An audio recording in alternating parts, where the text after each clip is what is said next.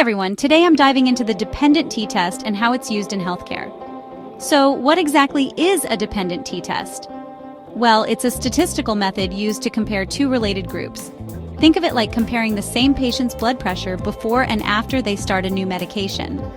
This test helps determine if the changes we observe are statistically significant or just due to random chance.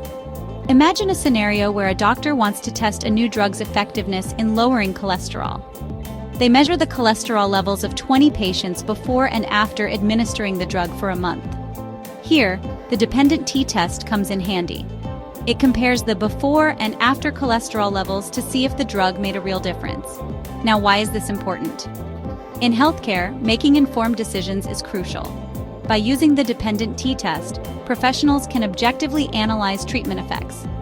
This means better evidence-based care for patients. Let's break it down a bit more. The dependent t-test calculates the mean difference between the two sets of data. In our case, the cholesterol levels before and after the treatment. Then, it checks how consistent these differences are. If the differences are consistently large, it indicates that the treatment likely had an effect. To perform this test, researchers use statistical software that crunches the numbers and provides a t-value. This value is then compared against a critical value from the t-distribution table, considering the degrees of freedom and chosen significance level. If the t-value exceeds the critical value, we conclude that there's a significant difference. So next time you hear about a study comparing patient outcomes before and after a treatment, remember, they're probably using the dependent t-test.